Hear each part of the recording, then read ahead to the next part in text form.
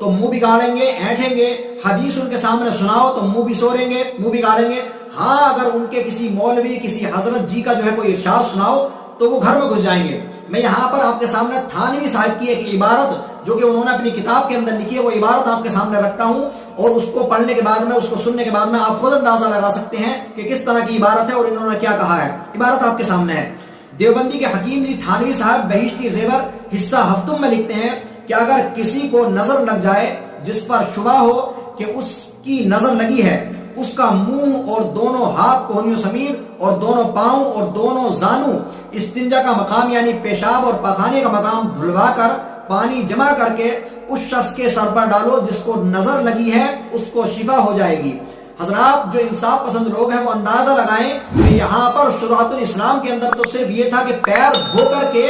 جو ہے گھر میں چھڑک دو پانی کو، اور یہاں پر تو یہ ہے کہ پخانے کا مقام یعنی کہ پیشاب اور پخانے دونوں کا مقام دھو کر کے اس پانی کو جو ہے اس شخص کے سر پر ڈال دو جس کو نظر لگی ہے۔ کون کہہ رہا ہے؟ ان کے امام دیوبند جو ہے اشرف علی تھانوی، یہ اپنی کتاب کے اندر لکھ رہے ہیں،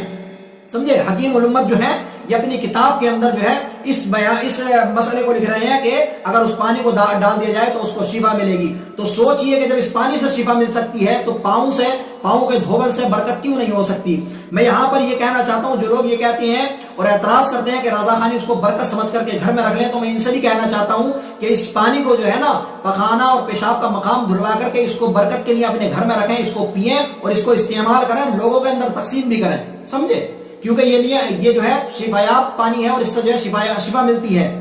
تو اس کو پانی کو جو ہے آپ استعمال کریں۔ دیوبندی حضرات جو لوگ اس مسئلے پر اعتراض کرتے ہیں۔ اب دوسرا مسئلہ میں آپ کے سامنے رکھتا ہوں۔ دوسرا مسئلہ جو ہے مائع مستعمل کے تعلق سے ہے، جو کہ فتاوی رضویہ جلد اول میں ہے۔ یہ مسئلہ مذکور ہے کہ اگر کوئی عورت حیض و نفاس کی حالت میں ہے، نیت قربت غسل کرے تو غسالہ مستعمل نہیں، اس سے وضو جائز ہے، یعنی کہ اس مستعمل جو پانی سے غسل کیا ہے وہ پانی جو ہے مستعمل نہیں ہوا ہے، اس سے وضو اور غسل کر سکتے ہیں۔ میں یہاں پر یہ بتا دوں سب سے پہلے کہ مائع مستعمل کہتے کسے ہیں۔ مائع مستعمل وہ پانی ہے جس سے حدث دور ہوا ہو یا حدث دور کرنے کے لیے وہ پانی استعمال کیا ہو، یا نیت عبادت سے وہ پانی استعمال کیا ہو، تو وہ پانی مستعمل ہو جاتا ہے۔ یعنی کہ یا تو حدث یعنی کہ وضو وغیرہ کرنے کے لیے، یعنی کہ بے وضو تھا اور وضو کرنے کے لیے جو ہے استعمال کیا تو وہ مستعمل ہو جاتا ہے، یا ناپاک تھا، پاکی حاصل کرنے کے لیے وہ پانی استعمال کیا تو وہ مستعمل ہو جاتا ہے۔ لیکن اگر کوئی باوضو تھا اور ناپاک بھی نہیں تھا اور صرف ٹھنڈک حاصل کرنے کے لیے جو ہے اس نے اگر پانی کو استعمال کیا ہے تو وہ پانی مستعمل نہیں ہوتا ہے، بلکہ وہ وضو اور غسل دونوں کے لائق اور قابل رہتا ہے، اس سے وضو اور غسل دونوں کر سکتے ہیں۔ یہ فقہ حنفی کی تمام کتب کے اندر موجود ہے یہ مسئلہ اور مل جائے گا۔ یہ وہ لوگ بھی جو دیوبندی اعتراض کر رہے ہیں، طاہر غیابی جو اعتراض کر رہا ہے، اس کے نزدیک بھی یہ مسئلہ صحیح ہے کہ مائع مستعمل وہی ہے جو قربت کی نیت سے استعمال کیا گیا ہو، سمجھے؟ وضو یا غسل کرنے کی نیت سے یا قربت کی نیت سے، عبادت کی نیت سے استعمال کیا گیا ہو۔ ورنہ اگر کوئی ٹھنڈک حاصل کرنے کے لیے کوئی پاک شخص اور باوضو شخص ٹھنڈک حاصل کرنے کے لیے اگر پانی استعمال کرے، نہائے، تو وہ پانی مستعمل نہیں ہوتا ہے۔ یہ ان کے نزدیک بھی ہے۔ آئیے ہم آپ کو بتاتے ہیں، یہ مسئلہ فقہ کی ایک دو نہیں بلکہ دسیوں کتابوں کے اندر مذکور ہے، جن سے چند کے نام یہ ہیں: خلاصہ، خانیہ، بحر الرائق، غنیہ، عالمگیری، رد المختار۔ مجدد اعظم اعلی حضرت علیہ الرحمۃ والرضوان نے جہاں یہ مسئلہ ذکر فرمایا ہے، وہیں خلاصہ اور خانیہ کا حوالہ بھی لکھ دیا ہے۔ اگر دیوبندیوں کے اندر ذرہ برابر بھی حیا اور دیانت ہوتی تو اس کو اپنا تمسخر کا نشانہ بنانے سے پہلے، اس پر لوگوں کو گمراہ کرنے سے پہلے جو ہے حوالے سے مطابقت کر لیتے۔ اگر حوالہ صحیح نہ ہوتا تو جتنا چاہتے چلاتے اور جتنا چاہتے جو چاہتے وہ کہتے۔ لیکن دیوبندی مولویوں نے اپنا یہ اصول بنا رکھا ہے کہ اپنے عوام کو خوش کرنے کے لیے اور ان سے زیادہ فیس وصول کرنے کے لیے مجدد اعظم اعلی حضرت علیہ الرحمۃ والرضوان کی تحریر کردہ ایسے مسائل کو عوام میں پھیلاتے ہیں کہ جو جاہل کو سمجھ میں نہ آئے اور اعلی حضرت قدس سرہ علیہ الرحمۃ والرضوان سے بھڑک جائیں، خواہ اس میں حنفیت ذبح ہو، مشائخ حناف کا استہزاء ہو، انہیں اس کی کوئی پرواہ نہیں ہوتی ہے۔ ہم ناظرین کے اطمینان کے لیے خانیہ کی عبارت نقل کیے دیتے ہیں، اسکرین پر آپ دیکھ سکتے ہیں، میں اس کا ترجمہ اور خلاصہ آپ کے سامنے رکھتا ہوں، آپ اسکرین پر عبارت دیکھ سکتے ہیں کہ اگر حائضہ واقع ہو جائے، یعنی پانی میں جسم کا کوئی حصہ ڈال دے یا نہا لے، خون بند ہونے کے بعد یعنی حیض کے دن ختم ہونے کے بعد اور اس کے جسم پر نجاست نہیں ہے تو جنوب یعنی ناپاک شخص کی طرح ہے، یعنی وہ پانی مستعمل ہو جائے گا، وضو اور غسل کے قابل نہیں رہے گا۔ اور آگے لکھتے ہیں اگر حائضہ واقع ہو جائے یعنی پانی میں جسم کا کوئی حصہ ڈال دے یا نہا لے خون بند ہونے سے پہلے یعنی حیض کے دن ختم ہونے سے پہلے اور اس کے جسم پر نجاست نہیں ہے تو وہ پاک شخص کی طرح ہے۔ اگر وہ ٹھنڈک حاصل کرنے کے لیے پانی میں گئی یا نہائی تو چونکہ اس کے نہانے سے حیض سے نہیں نکلے گی تو اس لیے پانی مستعمل نہیں ہے۔ جلد اول صفحہ نمبر 9 الہندیہ۔ تو یہ جو ہے ہندیہ کے اندر بھی مذکور ہے کہ اگر حائضہ جو ہے اگر حیض بند ہونے سے پہلے یعنی حیض کے ایام ختم ہونے سے پہلے جو ہے اگر وہ صرف ٹھنڈک حاصل کرنے کی نیت سے نہائی تو اس کے نہانے کا جو پانی ہوگا وہ مستعمل نہیں ہوگا۔ اور ایک بات یہ واضح ہے کہ اگر جسم پر نجاست ہو تو بلا شبہ پانی ناپاک ہو جائے گا، لیکن یہ آگے میں آپ کو بتاؤں گا کہ یہ مسئلے کی وضاحت پوری کروں گا اور کیا ہے پورا مسئلہ۔ دیکھیے ہو سکتا ہے کہ جسے ڈوبنے والا تنکے کا سہارا لیتا ہے کوئی دیوبندی مولوی یا اسے کرائے پر بلانے والے یہ کہہ دے کہ خانیہ کی عبارت میں شرط ہے کہ حائضہ کے جسم پر نجاست نہ ہو اور فتاوی رضویہ میں یہ شرط غائب ہے۔ اس کے جواب کے لیے غنیہ کی عبارت میں آپ کے سامنے رکھتا ہوں، اسکرین پر آپ دیکھیے، میں آپ کے سامنے اس کا ترجمہ اور مفہوم رکھتا ہوں کہ اگر حائضہ خون ختم ہونے کے بعد پانی میں جائے تو یہ جنوب کے مثل ہے، اور اگر خون ختم ہونے سے قبل جائے تو پاک مرد کے مثل ہے۔ جس بنا پر غنیہ میں یہ شرط مذکور نہیں، مجدد اعظم کو علیہ رحمت و رضوان نے بھی یہ قید ذکر نہیں فرمائی۔ بات یہ ہے کہ مجدد اعظم اعلیٰ حضرت علیہ رحمت و رضوان بحث یہ فرما رہے تھے کہ کون سی صورتیں ہیں جن میں استعمال کرنے کے باوجود بھی پانی مستعمل نہیں ہوتا ہے۔ تو یہ بیان کرتے ہوئے حضور اعلیٰ حضرت نے لکھا ہے کہ پانی مستعمل نہیں ہوگا اگر کوئی حائضہ جو ہے حیض ختم ہونے سے پہلے یعنی ایام حیض ختم ہونے سے پہلے صرف ٹھنڈک حاصل کرنے کی نیت سے پانی میں جائے یا نہائے تو وہ پانی مستعمل نہیں ہوتا ہے۔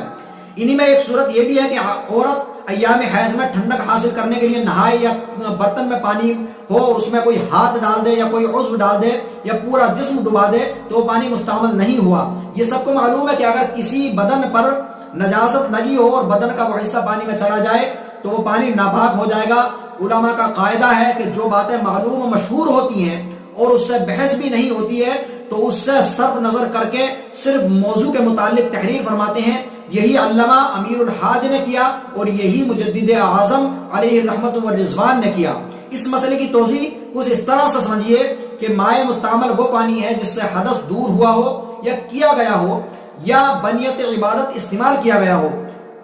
حائضہ اور نفاس والی عورت ایام حیض اور نفاس میں لاکھ نہائے پاک نہیں ہو سکتی، یعنی جب تک ایام حیض ہیں تب تک کہ اگر وہ لاکھ بھی نہا لے تب بھی وہ پاک نہیں ہو سکتی، ناپاک ہی رہے گی۔ اور جب ناپاک رہے گی تو وہ پاکی حاصل کرنے کے لیے نہیں یا نیت قربت کی نیت سے نہیں بلکہ وہ ویسے ہی ٹھنڈک حاصل کرنے کی نیت سے پانی استعمال کیا گیا ہے۔ تو جو نیت قربت سے پانی استعمال نہیں کیا گیا تو وہ پانی مستعمل بھی نہیں ہوگا۔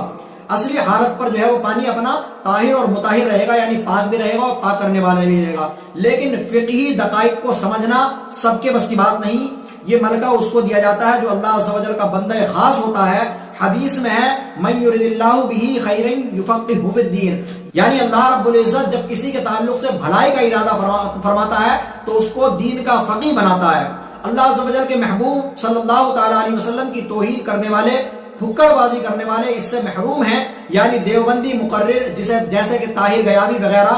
اس پر یہ کہتے ہیں کہ جب خون آ رہا ہے اور وہ عورت پانی میں جائے گی تو حیض کا خون پانی میں ملے گا جس سے یقیناً پانی ناپاک ہو جائے گا۔ اس کا جواب یہ ہے کہ اولاً عورتیں ان دنوں میں کرسف استعمال کرتی ہیں، سمجھے کرسف استعمال کرتی ہیں جس سے خون باہر نہیں آتا ہے، اس لیے ضروری نہیں کہ حائضہ یا نفسا میں سے کوئی جب پانی میں جائے گی تو اس کا خون بھی پانی میں جائے گا۔ ثانیاً یہ ضروری نہیں کہ حیض کے دنوں میں مسلسل خون آئے، بلکہ ایام حیض میں کبھی کبھی ایسا ہوتا ہے کہ حیض شروع ہوا اور پھر خون آیا ہی نہیں، پھر لاسٹ وقت میں خون آیا، صرف لاسٹ وقت میں 2 دن بعد 4 دن بعد، کبھی کبھی کئی گھنٹے خون نہیں آتا، کبھی کبھی کئی دن بھی خون نہیں آتا ہے، شروع میں اور آخر میں یا کبھی کبھی خون آ جاتا ہے۔ تو اگر بیچ میں جس وقت میں خون نہیں آ رہا ہے اس وقت میں اگر کوئی عورت حیض والی غسل کرے اور غسل کرنے کا یعنی نہائے تو وہ پانی جو ہے اس کے نہانے کی وجہ سے مستعمل نہیں ہوگا، بلکہ وہ پاک رہے گا اور پاک کرنے والا بھی رہے گا، غسل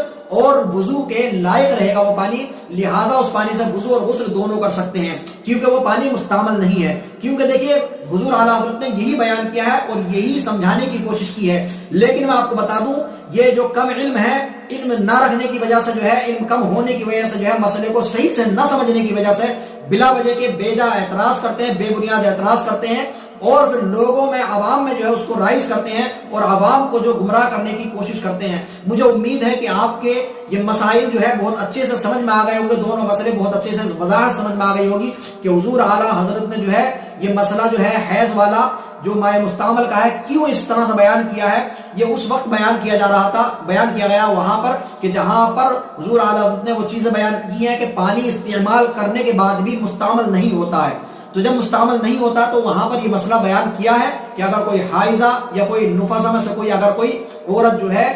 ایام حیض میں یا ایام نفاس میں جو ہے اگر کوئی ٹھنڈک حاصل کرنے کی نیت سے جو ہے پانی استعمال کرے تو وہ مستعمل نہیں ہوگا، لیکن اگر خون اگر اس میں مل گیا تو بلا شبہ یہ تو ظاہر ہے، ہر انسان جانتا ہے کہ اگر پانی کے اندر خون مل گیا تو چونکہ خون ناپاک ہے اور خون ناپاک ملنے کی وجہ سے وہ پانی ناپاک ہو جائے گا، تو اگر خون اس کے جسم پر لگا ہے یا نجاست لگی ہے اور وہ نجاست اور خون اس میں پانی میں مل گیا تو بلا شبہ پانی ناپاک ہو جائے گا، لیکن یہ ظاہر اور باہر ہونے کی وجہ اتنا عام ہونے کی وجہ سے حضور اعلیٰ حضرت نے اس کی قید نہیں لگائی ہے، جیسا کہ غنیہ کے اندر بھی نہیں لگائی گئی ہے، اور بھی بڑی کتابوں کے اندر اس مسئلے کو ذکر کیا گیا ہے، لیکن یہ حضور اعلیٰ حضرت رضی اللہ تعالیٰ عنہ کے ایسے ہی مسائل کو بیان کر کے لوگوں کو گمراہ کرنے کی کوشش کرتے ہیں۔ میرے پیارے آپ لوگوں سے گزارش ہے کہ ایسے مسائل سے جو ہے گمراہ نہ ہو، بلکہ اگر کہیں بھی ایسا مسئلہ سنا ہے، پہلی بات تو ان لوگوں کو سننا ہی بند کر دیں، ان کو سننا بھی جائز نہیں ہے، عوام اہل سنت کے لیے، تمام لوگوں کے لیے جائز نہیں ہے کہ ان لوگوں کو سنا جائے،